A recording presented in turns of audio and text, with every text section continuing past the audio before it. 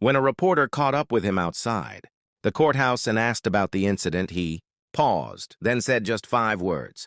"My daughter handled it perfectly." That was all. No anger, no attack. Just the weight of confidence in his child's strength. Back at his penthouse, Mark was spiraling. He hadn't touched his scotch. He hadn't called his usual weekend date. Instead, he sat in front of his laptop, rewatching the video someone had, taken from the boutique. He winced at his own voice. You might want to try somewhere more affordable. He closed the laptop. Shame burned through him like acid. Then something snapped. He decided to fix it. Not to clear his name, but maybe, just maybe, to do what he should have done in the first place. It wasn't public. No cameras. No social media. Just a letter. Handwritten. Delivered to the courthouse. It read, "Miss Daniels, I cannot undo my words. I cannot erase your experience, but I can say I was wrong.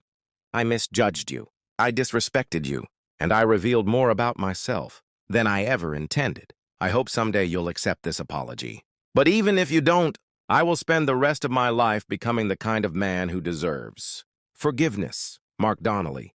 She read the letter in silence, folded it, put it in her drawer, and said nothing. Because sometimes silence speaks louder than outrage. 2 weeks later, her office got an invitation from Donnelly and Shaw to speak at their annual Equity and Inclusion event. Everyone expected her to decline, but she didn't. She accepted. What happened at that event? Why did she walk into the lion's den? What did she say in front of the firm that tried to humiliate her? And why did her words that day go viral across the legal world? Let's find out. Would you have accepted that invitation? Drop your thoughts in the comments and tell us where you're watching from. She didn't wear a power suit that day. She didn't show up in designer heels. She didn't come in to prove anything. She didn't have to. She walked into the Donnelly and Shaw Equity event, dressed exactly the way she had that day in the boutique. Simple, elegant, natural. A reminder, not of revenge, but of grace. The firm had polished everything. Fresh flowers in the lobby, art installations about diversity, banners quoting civil rights leaders. But no one was looking at the decorations. Everyone was looking at her. They expected a speech. They expected a scolding. They expected fire. What they got was something much deeper. She stood at the podium, not a tremble in her voice, not an ounce of bitterness. She didn't start with anger.